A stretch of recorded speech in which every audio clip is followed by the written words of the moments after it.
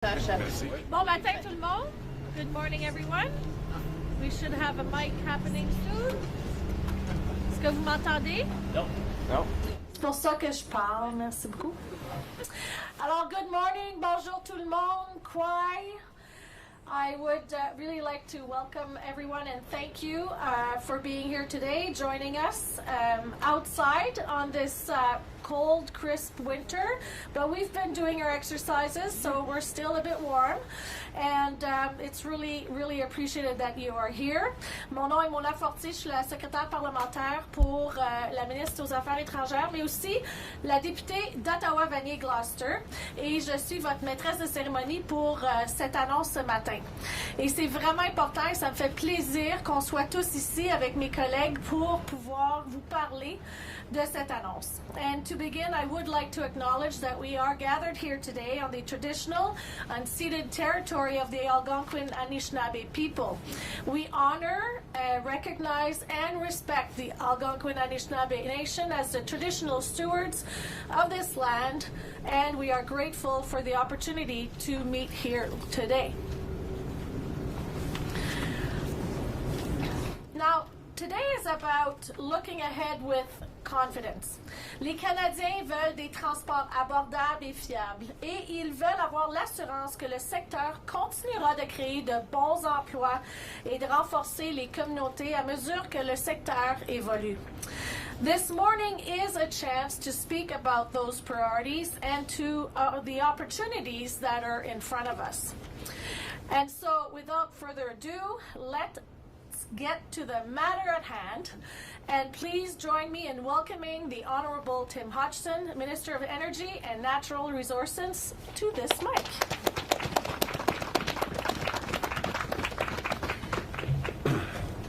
Thank you so much. Hello, everyone. Bonjour, and thank you for the introduction, Mona. It's a pleasure to be here with my colleague and friends, Minister MacKinnon and Minister Dabrusin, to talk about EVs at a moment where, as Mona said, the future of Canada's automotive industry is being shaped not just by markets, but by choices we make together and our plan for the future of Canada's economy and environment. In Canada, the automotive sector is more than just an industry. It's a source of competitive advantage, as well as Canadian pride. The industry is built on the exceptional skills of nearly 500,000 Canadian workers. It's one of the largest export industries, with more than 90% of Canadian-made vehicles and 60% of Canadian-made parts exported to the United States. It is families and communities whose livelihoods depend on making, assembling, moving, and maintaining the vehicles that Canadians and the world relies on. When tariffs disrupt those supply chains, it's these Canadian workers who feel the impact first. And we have been clear, this government will always defend Canadian workers and industry when they face unfair and unjustified tariffs. At the same time as the industry evolves, as vehicles become cleaner, smarter, and increasingly electric, those same workers and communities must remain at the very center of the transition. That demands a clear, strong, and deliberate response. Canada's new automotive strategy is just such a response. At its core, it is guided by one principle: ensuring that Canadian workers and Canadian communities remain at the center of the global automotive transition. First, our strategy is about protecting workers and stabilizing the sector. To help the industry adapt, grow, and diversify into new markets, the government is dedicating $3 billion from the Strategic Response Fund, along with $100 million from the Regional Tariff Response Initiative. We are also providing additional income support through the new work-sharing grant program, ensuring workers can stay connected to their jobs as companies adjust to changing market conditions. And to ensure Canadian manufacturers have fair access to their own domestic market, Canada is maintaining counter tariffs on auto imports from the United States. Second, our strategy is about incentivizing businesses to build and invest in Canada. We are launching consultations to strengthen Canada's automotive emission framework and exploring a tradable credit system that rewards companies that produce and invest here at home in Canada. Through Budget 2025, we are reducing costs for manufacturers by introducing the productivity super deduction, leveraging refundable investment tax credits for clean technologies and electric vehicles, and lowering corporate tax rates for zero-emission technology manufacturers. And to diversify export markets and attract new investments across the EV supply chain, Canada is leveraging its world-class trade agreements, including our recent electric vehicle agreement with China. Third, and critically, this strategy is about transforming Canada's auto sector to build the vehicles of the future and make them accessible to Canadians. Many Canadians want to choose cleaner options, but they feel like EVs are too expensive, or they worry about not having enough charge to get where they need to go. It's time to change that. That's why our new government is bolstering our support for the National Charging Network, and together with a new regulatory approach and purchase incentive program, this will give Canadians confidence, give industry certainty, and give investors reason to commit capital here in Canada, all while making it easier and cheaper for Canadians to choose electric vehicles. I'm excited that we're developing a national charging infrastructure strategy to be released this fall, which will guide the construction and development of EV chargers from coast to coast to coast. Working with provinces, territories, industry, utilities, and partners, the strategy will focus on attracting more private capital, making building EVs ready, creating and supporting a skilled workforce, facilitating grid integration, and educating the public on EVs. Simultaneously, we are actively growing our national EV charging network with a $1.5 billion investment from the Canada Infrastructure Bank in new charging and hydrogen refueling infrastructure. I want to be clear, we are building from a position of strength. Since its launch, Natural Resources Canada's zero-emission vehicle infrastructure program has delivered real results, transforming Canada's charging landscape by supporting more than 30,000 public and private chargers that are open for use. Today, we are building on that success, announcing new investments under 3 Natural Resources Canada programs, all fully aligned with the Prime Minister's automotive strategy. Through the Zero Emission Vehicle Infrastructure Program, we are investing more than $84 million in 122 projects across this country that will install more than 8,000 new charging stations for electric vehicles from coast to coast to coast. Through the Zero Emission Vehicle Awareness Initiative, we are investing more than $7 million in 30 projects, including 11 projects led by Indigenous partners to build knowledge, skills, and confidence in EVs and clean fuels. And through the Green Freight Program, we are investing nearly $6 million in 3 projects to help Canadian fleet owners reduce costs, cut emissions, and improve competitiveness. These total investments of more than $97 million reflect the approach laid out by the Prime Minister.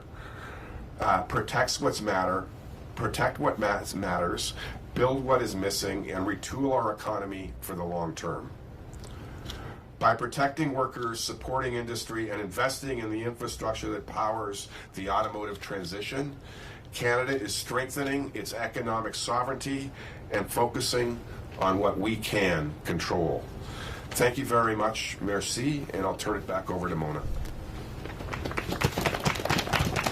Merci, Monsieur le ministre. Et vous avez raison, les Canadiens et Canadiennes, comme moi, comme consommatrice d'une voiture électrique, on veut faire partie de cet écosystème et vous avez raison, on a besoin de faire ça. Donc, merci de faire cette annonce aujourd'hui. Et aussi, j'entends les Canadiens et Canadiennes qui veulent qu'on aille de l'avant avec cette approche. Alors, now I would invite Stephen MacKinnon, the Minister of MacKinnon, the Minister of Transport and Leader of the Government of the House, to say also a few words. Thank you for being here, Stephen. The mic is yours. Merci Mona et merci de nous accueillir ici. Merci à vous de braver le froid. Je ne sais pas qui a eu l'idée. Je soupçonne que c'est Tim parce que il est bien. Oui, il a porté un bon chapeau. I need to get to know your haberdasher there. Canadian Tire. Et merci aussi à ma collègue, mon amie, la ministre de l'Environnement aussi, qui va vous adresser la parole après moi. Nous sommes réunis aujourd'hui pour partager une bonne nouvelle concernant notre stratégie pour le secteur automobile et plus précisément pour le nouveau programme pour l'abordabilité des véhicules électriques. L'avenir de l'automobile au Canada est électrique et nous venons de rendre cette option plus abordable pour les Canadiens et Canadiennes. Je sais que je ne suis pas le seul à me réjouir de voir cet avenir prendre forme sur nos routes et nos autoroutes, et dans nos usines d'assemblage et sur les chaînes de production canadiennes. L'un des principaux obstacles à l'adoption des véhicules électriques par les particuliers et les entreprises demeure le coût initial. Et nous voulons donc faciliter le choix des véhicules électriques pour les Canadiens. Ce programme vise également à renforcer l'économie canadienne. En stimulant la demande pour les véhicules électriques, nous soutenons les travailleurs et travailleuses de l'automobile au Canada, les chaînes d'approvisionnement et l'innovation canadienne. The Electric Vehicle Affordability Program helps position Canada as a competitive leader in the global transition to electric mobility, attracting investment, creating good middle-class jobs, and keeping manufacturing right here at home. Affordability is key to making the switch. The new program is focused on helping Canadians with higher upfront cost of electric vehicles. This new program will offer up to $5,000 for anyone who purchases or leases an eligible vehicle. That includes purchases or leases by individuals and families, and purchases or leases by Canadian businesses for a commercial fleet. These will be point-of-sale incentives built into the transaction through a dealership. That will make these incentives easier to access with less paperwork or process. And we are focused on eliminating obstacles. So an important question, of course, is what vehicles are eligible? Well, we're talking about new battery electric and fuel cell electric vehicles sold from February 16th, 2026. That means vehicles powered solely by an onboard battery, known as battery electric, and vehicles fueled by compressed hydrogen, known as fuel cell electric. This program will also apply to plug-in hybrids. The incentive for plug-in hybrids will be half the rate, up to $2,500. If the vehicle was not made in Canada, there's a transaction cost limit of $50,000.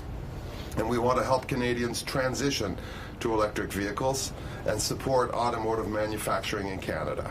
That is why there is no transaction cost limit for Canadian-made vehicles. The goal for this program is to assist with a transition for consumers and for the market. We know the industry is already trending in that direction. And with that in mind, the incentives will gradually decrease over time, wrapping up in 2031. This approach will provide predictability and transparency and stays in line with expectations that the gap between the cost for new electric vehicles and comparable gas vehicles will shrink over the next few years. Le gouvernement du Canada souhaite aider les Canadiens et les Canadiennes à passer aux véhicules électriques.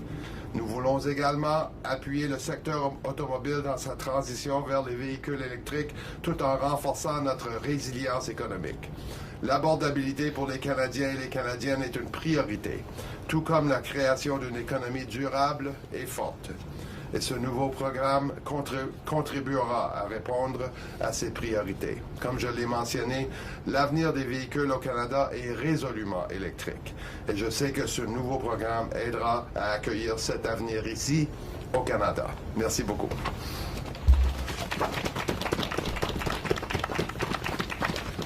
Merci beaucoup, ministre MacKinnon, mon ami Steven. Alors maintenant, on sait qu'il fait froid, donc je vais accélérer et je vais inviter maintenant l'honorable Julie Dabrusin, la ministre de l'Environnement, du Changement climatique et Nature, de venir prendre la parole. Julie?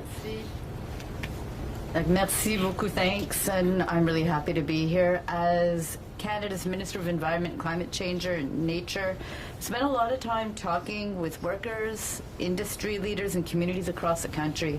And what I hear again and again is this. People want pragmatic solutions that protect the environment, grow our economy, and support good, clean future jobs that support their communities. It's also about how we grow the economy. That's why environmental policy today is not just about driving down emissions, but it is. It's also about how we build an economy that is future ready, that works for workers, for businesses, and for families. It's about leading the world in the transition to net zero while strengthening Canadian industry, creating good middle-class jobs, and making sure our economy is competitive in a world that's moving quickly towards cleaner technologies and electrification. It's about infrastructure, trade, economic security, supporting an electric future that saves Canadians money and future-proofs.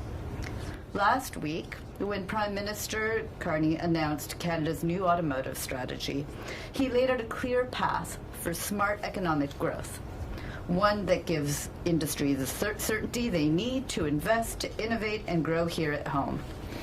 This strategy is about attracting investment into Canada's clean automotive sector, supporting the workers who build our vehicles, and accelerating a shift to zero-emission vehicles in a way that's predictable and achievable, with incentives like reducing the tax rate for zero-emission technology manufacturers, or the new consumer rebate program that Minister MacKinnon just spoke about. And Minister Hodgson today talking about the national charging infrastructure announcement, investing $74 million in 129 projects through the Zero Emissions Vehicle Infrastructure Program. We're putting in place durable and lasting infrastructure that will lead us to stronger economic and environmental outcomes for Canadians. We know that the future is electric. 1 in 4 vehicles sold globally, new vehicles sold globally this year, will be EVs. EV choices are expanding rapidly from cars to SUVs to pickup trucks, giving Canadians options to fit their lifestyles. And with plug-in hybrid EVs offering electric driving ranges plus gas backup, Canadians everywhere can make the switch with confidence and savings. We're not just supporting Canadians making the transition, we're also supporting an industry.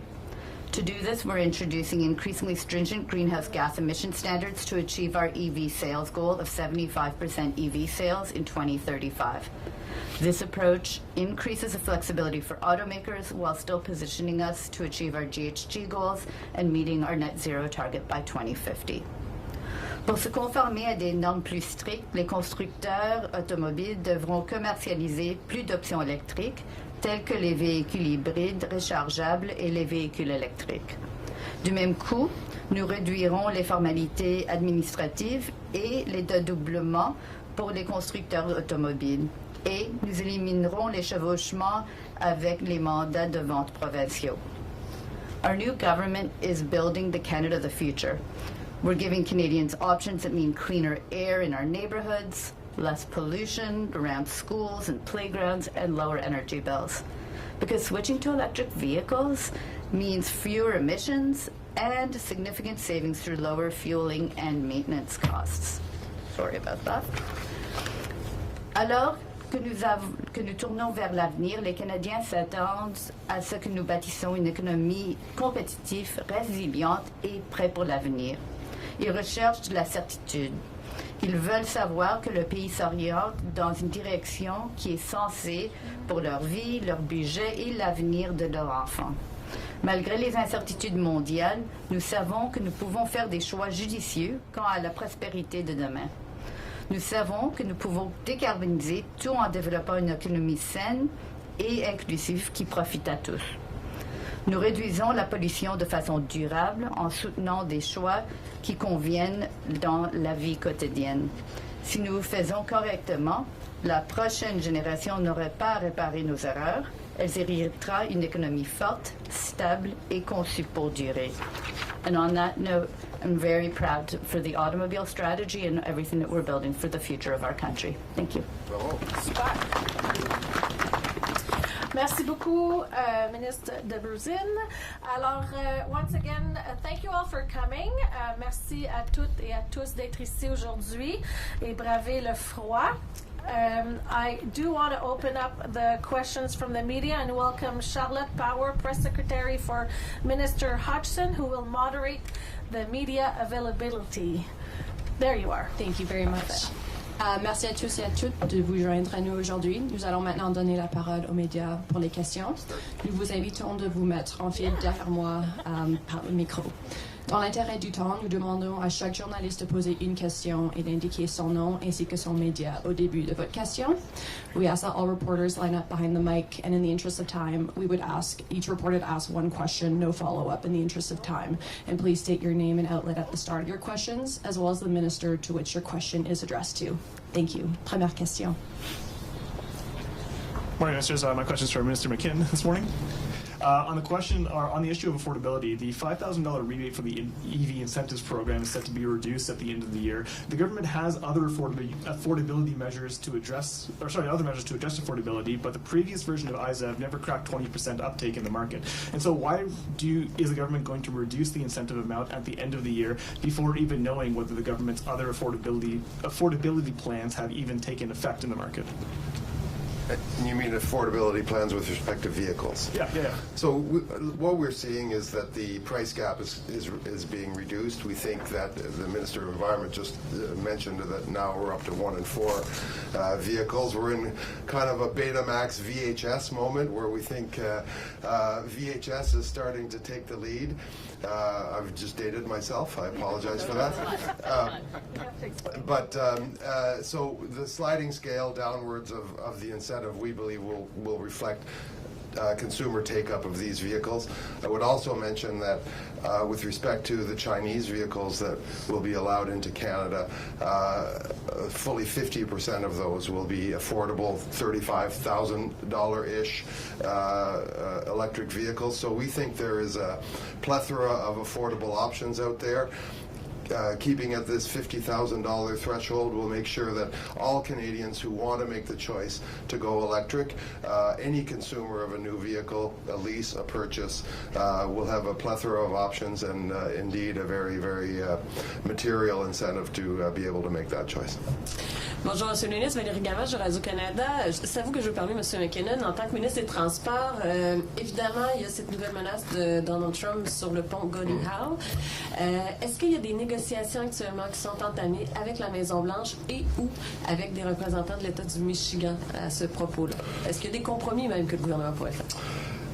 Évidemment, hier est sortie cette déclaration. Nous ne savons pas d'où elle est venue ou qu'est-ce qui a pu la motiver. Mais je tiens à dire le suivant. Évidemment, ce projet-là, et je salue la participation et le travail du premier ministre Martin, du premier ministre Harper et du premier ministre Trudeau, ainsi que, évidemment, le premier ministre actuel, M. Carney, d'édifier ce pont-là, d'y consacrer, évidemment, beaucoup de ressources financières canadiennes, mais aussi des ressources humaines américaines et canadiennes, des matériaux américains et canadiens. Et ça va être un monument, moi je pense, pour un siècle ou plus. À l'amitié, la fraternité, le partenariat entre nos deux pays. Donc, je suis certain que nous allons pouvoir surmonter à ce moment à ce qui peut être un enjeu pour ce qui est du pont, mais c'est une très grande réalisation du Canada dont on est très fiers, et des Américains. Mais là, actuellement, est-ce qu'il y a des négociations? Sir, can we get that in English too, please, before you continue? So that bridge will stand for over a century as a monument to Canadian and American friendship, ingenuity, work, and partnership.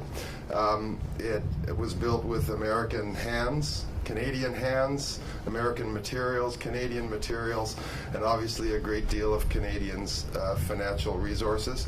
I don't know what motivated the statement yesterday, but what I do know is that bridge will stand the test of time, and is a tribute to the work of prime ministers from Paul Martin through Mr. Harper, through Mr. Trudeau and now Mr. Carney, Republican and Democratic administrations at the state and national level. So we're very, very confident and proud and look forward to that bridge opening. Good morning, Natasha Blowski, Canada's National Observer. Minister Hodgson, my question's about the $1.5 billion investment from the CIB. I know the announcement says this is for the charging and hydrogen refueling infrastructure initiative, but we haven't heard whether the ZEV infrastructure program will be refunded. I understand that those two programs are, meant to be coordinated, and so I'm wondering whether the ZEV infrastructure program is going to receive any new funding from that $1.5 billion, or maybe a different funding envelope to help with projects that are in, rural, remote, multi-unit areas that aren't as well suited to the charging and hydrogen refueling fund. Just to say, because there are two separate programs, as you mentioned. There's the CIB, which is the Infrastructure Bank's investments, that was tripled in the announcement. So triple the funding that's going to go towards charging infrastructure across our country. Today, part of what we're announcing is actually new projects under the ZEVIT program. So I'm going to look to Minister Hodgson for the number. I believe it's 7,400 new units that are being constructed. 8,000. Well, so the new announcement today under ZEVIT, the programs work side by side. Thanks. But will it be refunded because it's set to end in 2027? And I understand it kind of fills a gap in those areas where large-scale deployment can be, tougher. We'll spend the money in 2027. We'll see where we are. Hi, Ministers. Noah Wachter with CTV News. My question's for Minister Dabrusin. Back in September, the Prime Minister said that the climate competitive strategy would be coming in just a few weeks' time. Last week, he kind of gave the same timeline and said just in a few weeks. I'm just wondering, when is it really coming, and why are we missing the timelines we're setting? Well, in fact, in Budget 2025, we did set up the climate competitiveness strategy, and it was quite clear within that strategy. It's about building the fundamentals for the economy of the future while taking into account the fact that we need to move Canada to a low-carbon economy. So that means factors like reinforcing the industrial carbon price. It's like enhanced methane regulations, which we did announce in December. That's going to reduce our emissions by almost 400 megatons on its own, just with that regulation. It's about clean electricity. So those factors were built into the budget 2025. The next piece is about the implementation piece. So there is more to come. That's what he was talking about, and that will be coming soon. But as far as timelines, there has been progress, and I just really want to note that even what we're talking about today was the automobile strategy is part of how we're moving forward to a more climate competitive economy. So we had the strategy that was within the budget. You've seen next steps building on that with the enhanced methane regulations, with the automobile strategy, and there's more to come, which is great news for the environment and for our economy. So it will be implemented in the next few weeks then? It is implementing right So like I said, we've been implementing pieces, as I've talked about, like with the enhanced methane regulations. We actually had a consultation on how do we reinforce the industrial carbon pricing. These pieces are in motion, and the automobile strategy as well. I think what he's signaling is that there is more to come, and like I said, that's good news for all of us. Yeah. We have time for one more question. On a le temps pour une dernière question. Merci. Hi, I'm Aya with iPolitics. My question is for either Minister Dabrusin or Minister Hodgson. As the federal government is considering supporting AI data center proposals, will it disqualify or penalize the ones that rely on natural gas? And if not, what's the plan for emissions?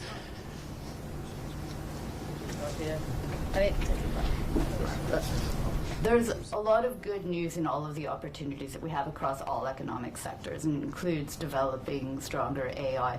We do have in place regulations as to how we make sure that our future is based on clean electricity. But the good news is, if you're talking about AI specifically, I believe we were just talking about strategies. There's an AI strategy that's coming out shortly, and so I'm going to leave it to Minister Solomon to be providing all of those details shortly. So last week in committee, Minister Solomon said that Minister Hodgson was aware of the developments on that file, so perhaps we can hear you on that. So we are focused on an AI strategy. We will focus on getting to our climate goals. We will do that with renewable energy, and where we use natural gas, we'll, to the extent possible, use abated natural gas. Thank you. That concludes our media availability. Merci tout le monde. Hey, folks, do you have time to take 2 more questions for reporters who've been standing out in the cold? I'm so sorry. Ministers have to get to cabinet. Sorry, David. That's okay. We'll take 1 or 2. Yeah. Oh, really appreciate it. Just real quickly, for Minister MacKinnon, rebates are supposed to be coming out. The incentives are supposed to be coming out in about a week's time. And no portal has been set up. Dealerships haven't been informed. Are you ready to roll them out? Yeah, well, we'll obviously be processing some of those retroactively, but we're rapidly ramping up our capacity to do that. Okay, that concludes our availability. Thank you. Thank you.